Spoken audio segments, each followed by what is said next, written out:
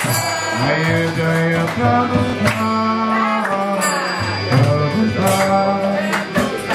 Prabhupada, Jaya Jaya Prabhupada.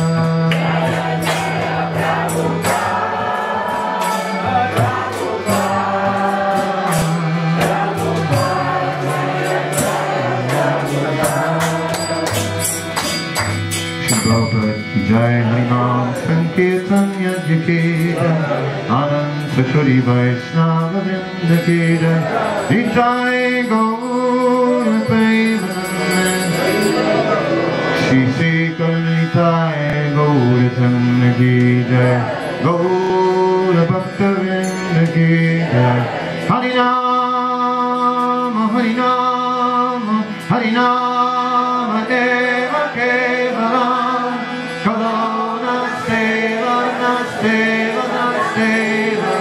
Okay.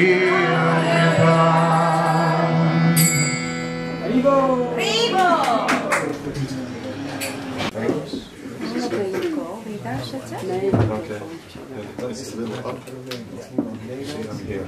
That's great. Deutsch auch noch. Wo ist denn hier die Thuis?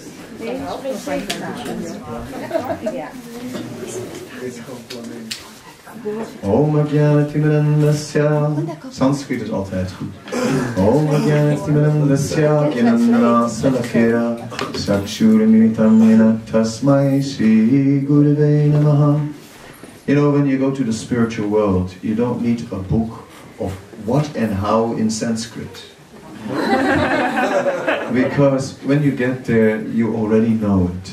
So that's something, at least. You know, don't have to worry about that. Talking about languages. Krishna speaks all languages. And in that way, Krishna is very personal. It is said that Krishna speaks in Sanskrit with demigods when they visit him in his palace in Dwarka. It is said that Krishna spoke the the language of animals.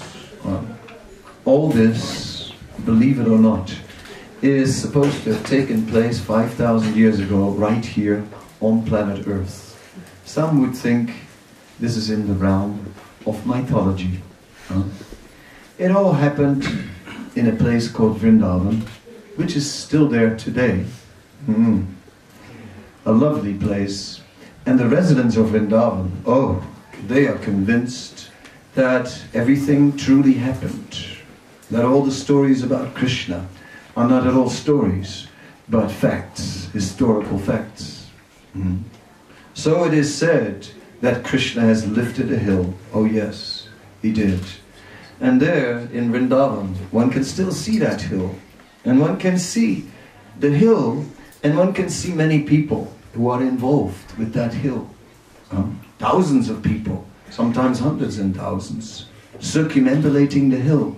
Some are doing it bare feet and are walking around, other on socks. In Dutch we have such a thing, heroes on socks. You know. Maybe it comes from there. Health of soul. Yeah. And also, others are falling flat on the ground in a form of submission, in a form of prayer, and in their hand they have a stone, and they put that stone on the ground in front of them. Then they stand up, pick up another stone from a little pile in the back, lift that up, fall again flat, put it in the front, until the whole pile from the back is in the front. Then they step forward, 3 steps, and do it again. And in this way the whole 23 kilometers can take quite a few months. So the circumambulation of Govardhan is part of the tradition of Vrindavan. It was in that Vrindavan that I first really came in contact with Krishna consciousness seriously. Of course I'd seen it here and there, but it was there that I made a serious connection in that place, Vrindavan. The residents of Vrindavan see Vrindavan as the spiritual world. Yes, Vedic scriptures explain to us that there is a spiritual world and a material one, And that currently, guess what? We are in the material realm. And the material realm is governed by material laws. Of course, we know some of them. Some say that Newton was sitting under an apple tree, and that when the apple fell on his head, that he discovered the law of gravity. Others say that the apple was added later on as a colorful effect. Whatever may be, Newton did indeed discover the law of gravity. Not being serious and grave, but rather the law that things from up fall down due to a force that pulls things towards the earth. In the Netherlands, they credit Buys Ballot for the one who invented that from high pressure, air goes to low pressure. And we get plenty of air coming here because most of the time the pressure is low. Holland suffers from permanent low pressure, kind of pressure problem. Whatever may be, and with that comes wind and rain. So natural laws are there. In the East, they add some laws, the law of karma, the law of action and reaction. And there are other things we are bound to. I saw a Microsoft advertisement quite some years back now, but on a YouTube, where a living being flew out of the womb of his mother. It just flew out straight through an open window of the hospital, through the sky, and as it was flying, it was transforming from a baby into a boy, into an adult, into being old, and at the end, landed in the grave. A changing bodies diorama in the air, possibly inspired by Prabhupada's Gita. Could be. We suspected that much, because that very same concept of changing bodies is very much there in the Gita. Tenusmin yata dehe kovaram yoganam jara yata deyantara praptir dhiras tatanamuyati. Just as from boyhood to youth to maturity to old age, we are going through different bodies. Now what we have to do with our bodies when they were small. At one point they're gone. Once we were babies, and even if we would all bring pictures, that was me, it would be hard to recognize. Hard. Maybe a few similarities, but not many. If I bring a picture from my days in kindergarten, let's see who would catch it, you know. That's Swami. maybe not. So, like that, changing bodies, we are indeed facing, we are very much changed. So it says in the Gita, in the same way, this changing continues. At the time of death also, we change.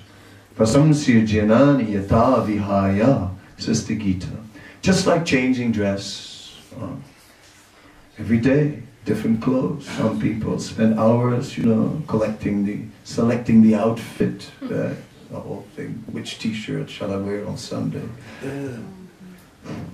Yeah. Got a Sunday t-shirt, got a Holland t-shirt.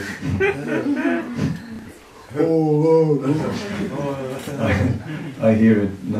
They say it to me at least 10 times a day at the moment, you know. Wherever I go. It's tough walking around in orange these days. It's not easy, I tell you. It's intense. Anyway, what to do? It will blow over. It will blow over. I think it can't last much longer, you know. I mean, first it was just luck. Now they have to actually, you know, play football. That's not going to be easy. So ultimately, that's the nature of material life. that one will always meet someone who is inferior, someone who is equal, and someone who is greater. That's the nature of existence. And of course, when we meet someone who is greater, then it's very difficult to accept. I mean, why is that person any greater than I am, actually? My greatness is highly underestimated. People are not fully aware. Prabhupada told many stories like this. He has the famous story of a man who is seated in the court in Calcutta on the bench, working as a judge. Have you heard Mr. Banerjee? Banerjee, he's a judge in the court in Calcutta. Nah, not Banerjee. Yes, I saw him. He was sitting there. I don't think he's getting paid. I say. Maybe he's sitting there, but I don't think he's getting paid. So that is the material world. The world of lust, envy, Ichchadvesa samutena pandamohina bharata, says the Gita. So the Gita says, in the material world, everyone is controlled by lust and envy. And therefore, relationships are difficult. We are facing that. Therefore it's hard to trust anyone because of lust and envy. Therefore it is difficult to be satisfied in a relationship because of lust and envy, our own and that of the other people. That all creates so many complexities. It comes on an individual scale, it comes on a large scale. I was on a plane from Africa to Europe, and the whole plane was full. There was one empty seat next to me. I thought, okay, good, empty seat next to me, yay. And then, then someone came down the corridor of the aisle, and a muscular African man, quite big, with a big golden chain around his neck, the kind of chains that drug dealers wear. And he sort of came down, and I saw him walking, and I thought, he looks like he's from Nigeria. And he was. He sat down next to me, he had a book in his hand. It was the biography of Pablo Escobar, the big drug lord from Colombia. So that confirmed the whole thing. Definitely a drug dealer, I mean, being from Holland, you know one when you see one, right? And, so I thought, okay. Anyway, he was a nice guy, And he had a magazine, so he started reading his magazine. And in the magazine, on the center page, there was an article about how much money different heads of state had stolen. And well, I was sort of reading over his shoulder, and there were big amounts, right? The biggest one, according to the magazine, was Suharto, who apparently stole $39 billion, right? Which is a lot of money, $39 billion. So I'm sort of reading it, right? Different people, and I'm sorry, $39 billion. He saw me looking, and he looked at me, he says, yeah, $39 billion. You couldn't spend it if you wanted to. $39 billion. You couldn't spend it if you wanted to. $39 billion. You couldn't spend it if you wanted to. And guess what? When I walked off that plane, what I was saying, $39 billion. You couldn't spend it if you wanted to. And he got his point across. I got it. I got it. It is true. Greed just had taken over. More money than one could possibly spend, but just for the sake of having it. How cold, how insensitive. Didn't he care about all those people in need in the world? He could have made the difference. One man could have made the difference if he would have just said, if he would have used all that to uplift all poverty in the world, all these poor people. God, one man could have made a difference. He didn't want to. No, I'm not in the mood. Sorry. Not really, no. No thanks, no. Let them starve. Or as Marie Antoinette said, but the people have no bread. The people have no bread. They came to Marie Antoinette. They said, the people have no bread. She said, let them have cake.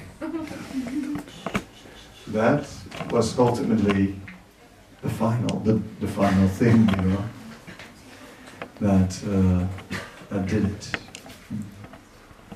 So we see in the world, I'm sketching at the moment in an illustrated way, how in the material world lust, greed, anger are operating, envy, and how we are in this world. And with it, how in the material world everything is temporary. And how in the material world, therefore, there is fear. And there's always fear. Mother Yasoda would chant mantras for Krishna's protection. Mothers, they always worry, oh my God, still not home, what's going on? He's like, it's not here yet. All these things, yes. Anxiety. Anything. You know Murphy's Law? Whatever can go wrong will go wrong.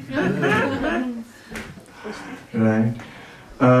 Yes. You heard of a think tank? You know, a group of people that sit down and think deeply about a problem? Think tanks, yeah. You've heard of think tanks? Yes. You've heard of worry tanks? A group of people that worry, you know, what if something will go wrong?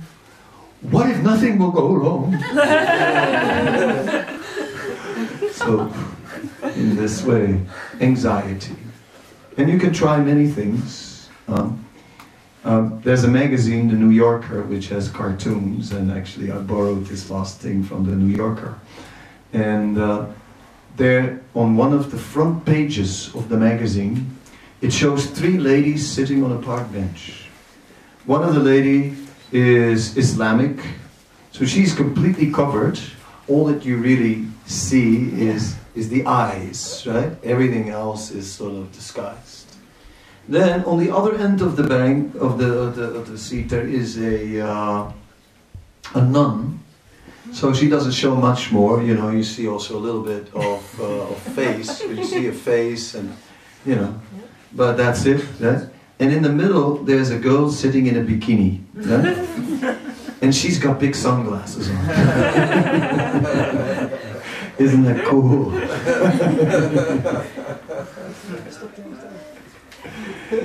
You can check it on, you can Google it if you want to see a picture. You'll find it. Yeah, not for you, no. But I like that picture because I think there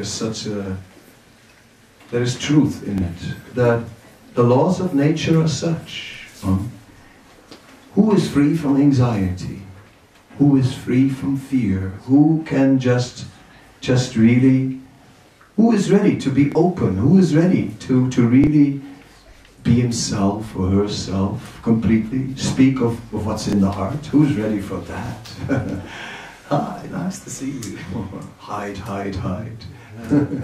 Great, yes, love you. Hide, hide, hide. Hide. You are the most dear one to me in my life.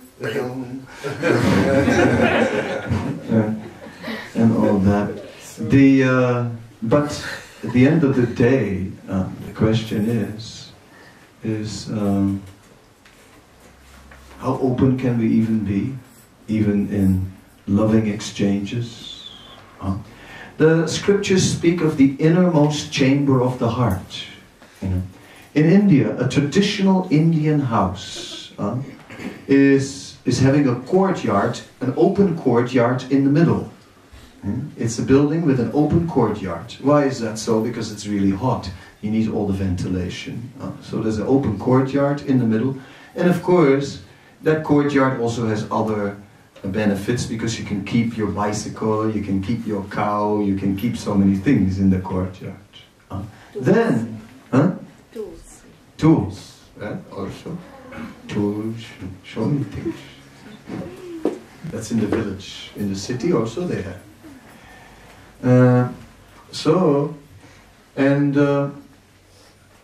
So traditionally, the outer rooms in the house, talking about a respectable house, someone who has some money, The outer rooms in the house are for receiving people.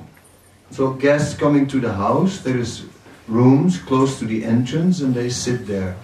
In the back in the house, in the inside, on the courtyard, that's where the family lives. So the family you don't see. So the man comes out to the public quarters, meets the whatever people he has business with there, and the family just is in the back of the house. And that's like traditional Indian culture. So you have the outer chambers and the inner chambers. So our heart is just like that. It has outer chambers, the public chambers. What we share, how are you? Oh yes, I share everything with you. Facebook, yes, yes, yes. Everything. And then we have the inner chambers, the innermost chambers. The hidden chambers in the heart. And there we keep our greatest secrets. There we keep our hidden desires. The ones that we share with no one. No one. Sometimes a little bit with someone, but not when you have to fulfill them. But then, in hiding.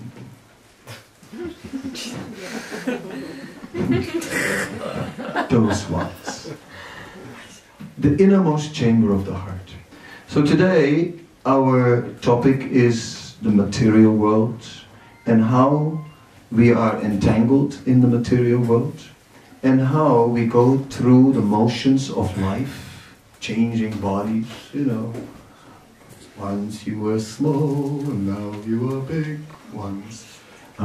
They say what goes on 4 legs in the beginning, on 2 in the middle, and on 3 at the end. Right? You know that riddle. Remember it? 3 passionate. Huh? 3 passionate. That's the end. Is it? Huh? Yeah. 3 legs. 3 legs. Huh? That's the stick. Oh, it's the stick, huh? Oh. Thank you. Yeah. Smart. Huh? Smart boy. Yeah, very experienced in that. Yes, nice. It's true. You're right. So anyway, we go through the motions of life. And it's about that, and it's about what's in our heart while we're going through the motion. Lust, greed, anger, and all these things. We can become Bhakti Yoga, which is the topic of the Bhagavad Gita, is the process to elevate ourselves and to rise above that condition of life. The condition of lust, greed, envy, and all these things which are creating so much misery. All that can be overcome through Bhakti Yoga. The chanting of the Maha Mantra, which we have done at the beginning, is part of that process. It's part of Bhakti Yoga, the essence, at the central core of it. It's our meditation, and it works. We hope that those who were here, had a good time. I had, for sure. And even if you didn't like it, that's okay with me, because I liked it. Yeah. And it's like that. It's fun. It's fun to sing.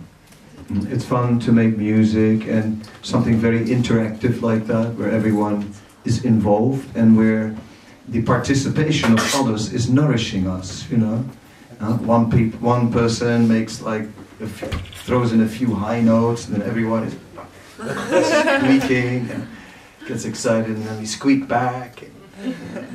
So one starts to clap, 10 start to clap, like that. Kirtan in that way is interactive. But more than that, Kirtan has an influence on those innermost chambers in the heart. Also the external chambers, everything changes. The Kirtan changes the consciousness, it purifies the consciousness. and it removes whatever is there, hidden, the hidden dark things, the dark side of the moon. Not instantly, not hocus pocus or something like that, you know. But it's a process. Bhakti yoga is a process that we follow that gradually purifies the heart. Cheto darpanam marjanam bhavam mahadavakni nirvapanam sveyakayevam chandrika vitaranam vidavidu jivanam anandam buddhivardhanam patipadam punam vitasvadanam sarvatpasnapanam param vijayate Sri Krishna Sankirtan. Het hart wordt geleidelijk aangezuiverd. En uiteindelijk zegt het dat... I shifted to Dutch. It's okay, I'll go back to English.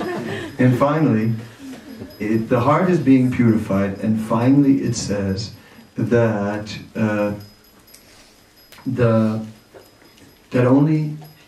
that the heart becomes a suitable place for Krishna to manifest himself. You know, sometimes I'm on an airport, and well, I'm not the only one in funny clothes, you know. There's lots of people in all kinds of clothes. I mean, sometimes you think an airport is like a religious exhibition or something. You know? Serious. And there's the Jews with the two little curls on the side and the hats and everything. And then, you know, some Arabs are coming by, some priests from Spain, usually some nuns from Africa, you know, going to Rome or something like that. There's always a few of these little nuns. So many varieties of religions in the world, and so many varieties of religious costumes. You know, it's kind of amazing. Why all that variety? You say, well, you know, because people are different and they have different, you know, different tastes and different insights. No. That's not the reason. No. That's not the reason. I tell you, the reason is something else. When I was a kid, there was a television series going on, you know, but this one was about a man who would usually walk around with his head all bandaged up. You thought that he had been in some accident or something. No, that was not the case. This man was the invisible man. And regularly, you know, he would take off the bandage and throw his clothes off, and in his case, then he was invisible and move around and do all kinds of things and save people, and he was a good guy. So he was always helping people in need and things like that, and doing a few criminals in. Anyway, that was the ongoing series, The Invisible Man. So, yes, God is the original invisible man. That's the issue. Nobody knows what he looks like. Through scripture, yes, there are scriptures in the world, right? Or through seers, you know. In Delphi, there was this crack in the ground and fumes were coming and priests were they were trying out those fumes, and then they gave descriptions of higher realities, and they were communicating with the gods. Rimbaud was taking mushrooms. He was also trying that route. The hippies liked him in the 70s, I remember. It's very popular. Aldous Huxley wrote a book, The Doors of Perception. Also about drug-induced religious experiences. Others try it through meditation.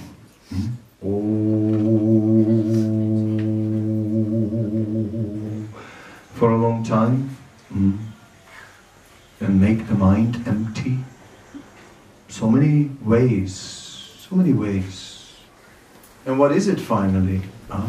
So the issue is that we cannot see. If there is something, if there is somebody out there, if after all he exists, you know, then, you know, well, you know, then what? So that is a big question. So Bhakti Yoga is a process which gives us a spiritual experience.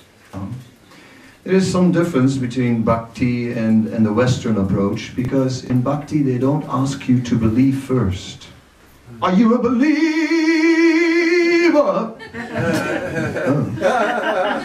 Not really. No, I'm not a believer. I'm more scientific than that. At least I was, because I remember at one point I had been in India. I had seen a lot in India. I had read many books about India, and then I got jaundice in India. First, I had what is known as the Delhi belly, when you have to go to the bathroom 20 times in a day. And then you get rubber legs also. So I could hardly stand and walk. And I happened to be in the Himalayas, and someone said, why don't you go to the Tibetan doctor? He is really good. So I went to the Tibetan doctor, and the whole waiting room was full. There was only one empty chair next to someone who was yellow like a banana. I said, oh my God, I hope I'm not going to get that. But I did. I did. 2 weeks later, I was also yellow like a banana.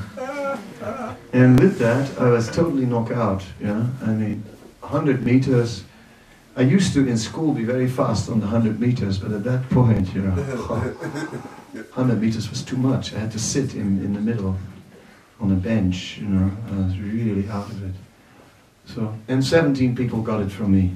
And some were hospitalized, so it was a good dose. So after that, I thought maybe I should change my life. And I decided to try and go back to the temple. I had already been in the temple in India, in Vrindavan, stayed in the temple. But then I moved out again. And then I decided, and as soon as I moved out, I got the jaundice. Well, after that jaundice, I was ready, I said, okay.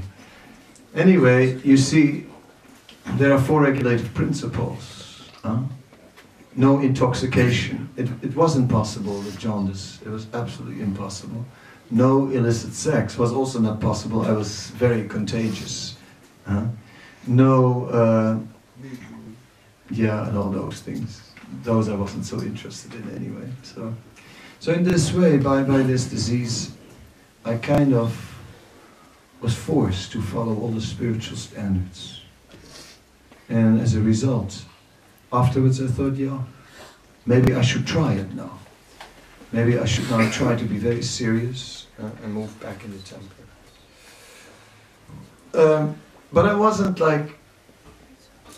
wasn't sold. It wasn't like, and now I'm gonna do this, and I think it's great. I thought, well, let me just test it out. Let me test it for a month. So I did, and after that, I extended the test period. And I'm still testing, actually. Now it's been a long time, and so far, I stayed. I stayed at it because so far I got something out of it. And what are we getting? Well, it has an influence on the dark things in the innermost chamber of the heart. It's a great challenge to overcome that darkness in the innermost chamber of the heart. No matter what anybody says, no matter how anyone acts, that is the biggest challenge we have. As the darkness, these darker qualities, they gradually disappear. One by one, bit by bit, it becomes better. And then with it, as it disappears, we get more and more realization of the presence of Krishna, of the Supreme Lord. More and more. Until the heart is pure to a state where it becomes a suitable place for the Lord to reside. At that stage you can see Him face to face. Now I'm speaking from books, the last bit. I'm not seeing. But I see changes. I am changing, little by little. It's hard for a stubborn Dutchman to change because they don't want to. No, I'm Dutch, you know. No, I am what I am, and that's the way it is, okay? And if you don't like it, too bad for you, you know, but this is what you get, so, because I'm Dutch, alright? If you have a problem with that, that's your problem, not mine. That's sort of Dutch, you know, so what can I say? I've got it too. Yeah. Anyway, it is, all I can say is that this Bhakti Yoga is very nice because it actually, we can actually experience a change in ourselves. We can actually experience that we are becoming free from that selfishness. Yeah?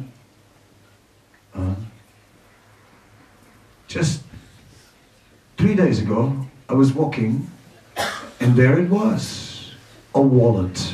I have a trained eye for things like that, you know. I saw it straight away, you know.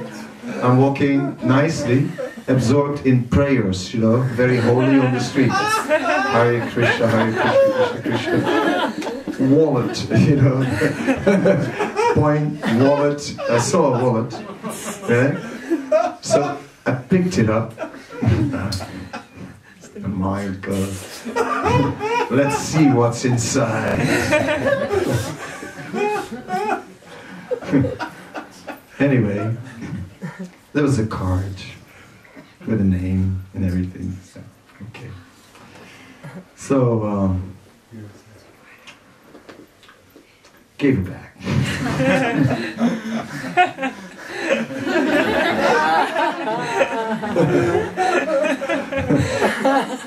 But for a moment I thought, before I picked it up, I was thinking, if it's full of money, I could use it for Krishna.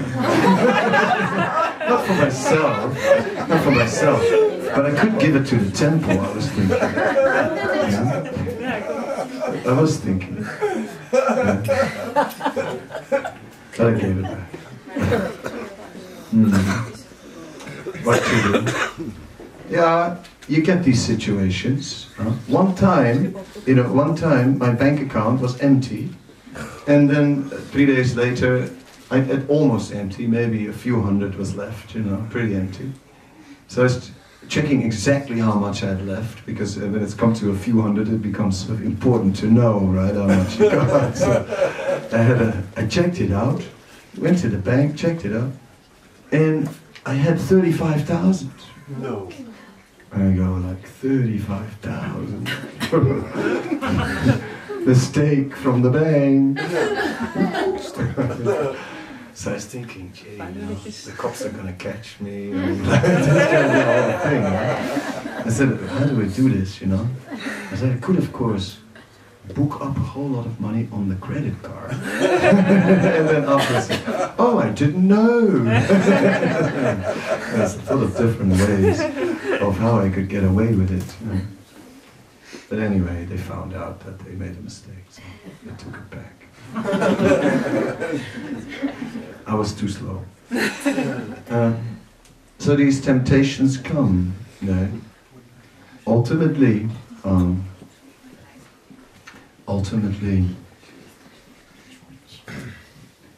it takes a while to get over selfishness. That tendency to take for ourselves, like heads of state who steal. How much was it again? 39 billion.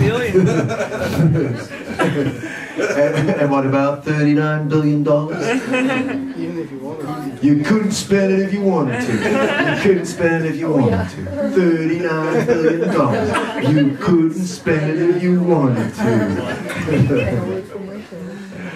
Yeah.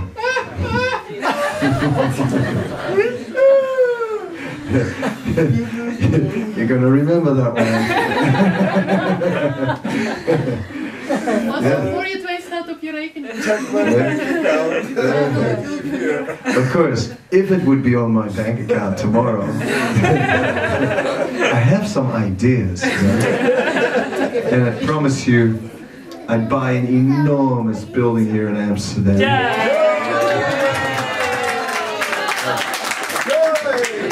Because this place is too stuffy. I've had it with this place.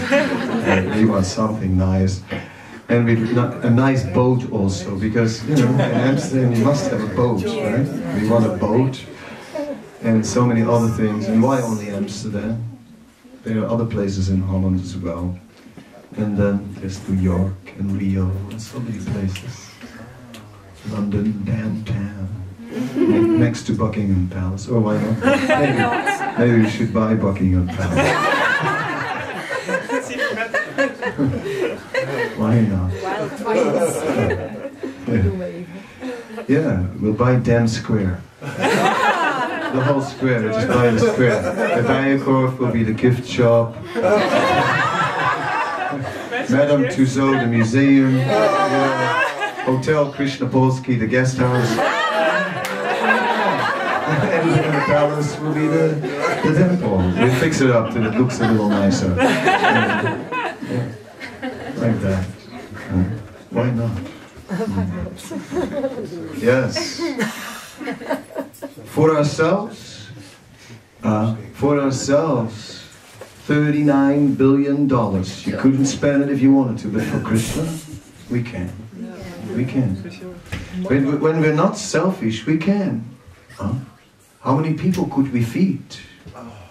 You know, we could feed everywhere, right? So many people. And animals. Animals, oh, let's feed animals also. Yes. And let's not feed animals to the people.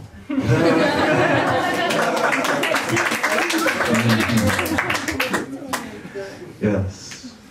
Like that, you know. Yeah, if you have 39 billion bucks, right? You can make laws, right? I mean, you can control governments. You can pull strings, you know. At that kind, oh yes, you can. When you got that kind of money, the governments dance like puppets, you know. Yes, you want all of Holland to be vegetarian. Yes, Mr. Swami, of course, Mr. Swami. You think so? Oh yes. Yes, yes. Money talks. Oh yes. Huh? What? Linda zegt er zijn Geen slagers meer. Yeah, but that's no problem. That's no problem. We teach them how to make sweets. So in this way, we think that yes, for Krishna we can spend even $39 billion. But on yourself, how could you spend it? How many shoes can you buy?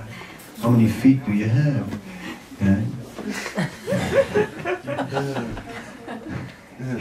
Even like, you know, even if you'd have 1,000, you know, if you'd be a centipede, in English they say a centipede, in Dutch they say 1,000, a millipede, you know.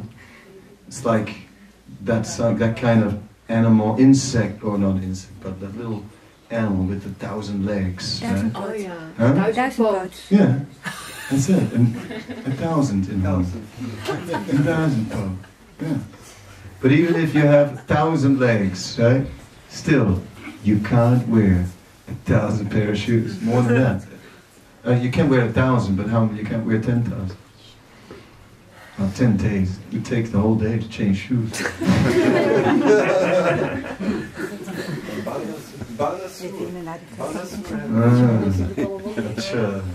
So many arms. Anyway, we're coming to a conclusion. So the conclusion is Bhakti Yoga is joyful. It is a process about celebrating, and that's the whole thing. We're here now, we have our little Sunday celebration a feast meal, little singing, dancing, and the talk. And it's all part of a festival. So I made some jokes here and there to, in that festival mood, because Bhakti Yoga is light. It's not about what we're not doing, it's about the fun we have in the spiritual activity that we are doing, and then the things we give up are things that are worth giving up. Like meat, it's worth giving up.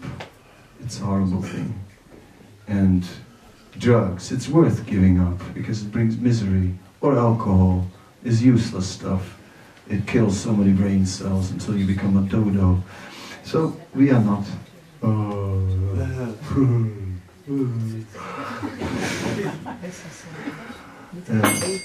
So Bhakti Yoga purifies the heart. It takes away these desires. One becomes free from the desires that drive us to all these foolish things. And that's a liberation. See, that's a liberation. So, just like, well, you know, folks, you know, I used to smoke. I used to smoke like a chimney, you know. I used to smoke to a point where I was blowing rings of smoke through rings of smoke. Yeah, I was, while reading the Bhagavad Gita. It's true. Well, but I got saved. I got saved. By the Bhagavad Gita. Okay, by the Bhagavad Gita, there you go. And so now I'm a non-smoker. And now I'm enjoying so much when I'm on airports and I see these people in the glass boxes puffing away, you know, and it looks so foolish, right? God, you know, it's like in the smoke box, in a glass smoke box. It looks like, really like, doesn't it look stupid? Because I don't want to offend anyone if you are a smoker, and please don't take it like a personal attempt to offend. I guess in the past I would have also gone in the box, but I'm glad I don't have to go in there, because I'm free from the desire. How did it happen? How did I go from 50 cigarettes a day to being free from the desire? By chanting Hare Krishna. Simply that. Simply that. By chanting Hare Krishna. All these things disappear. The desire disappears. Then you are free. So many desires disappeared. So this is the nature of Bhakti Yoga. It will purify the heart from so many crazy desires. And that is freedom. Then you feel so light, so free, and so happy. Then you want to sing, then you want to dance, and so on. And that is going to be the next part of the program for those who feel like that. And those who don't, if they just go along with the rest, then who knows what will happen. They might just get caught up in the enthusiasm. And in that way, it all goes on. So, that is Bhakti Yoga. A joyful process. Susukham kartama vyayam, it says in the Bhagavad Gita. So today we've had our little talk based on the Bhagavad Gita. I hope it was okay. We're gonna wrap it up and blow on the conch. Thank you very much.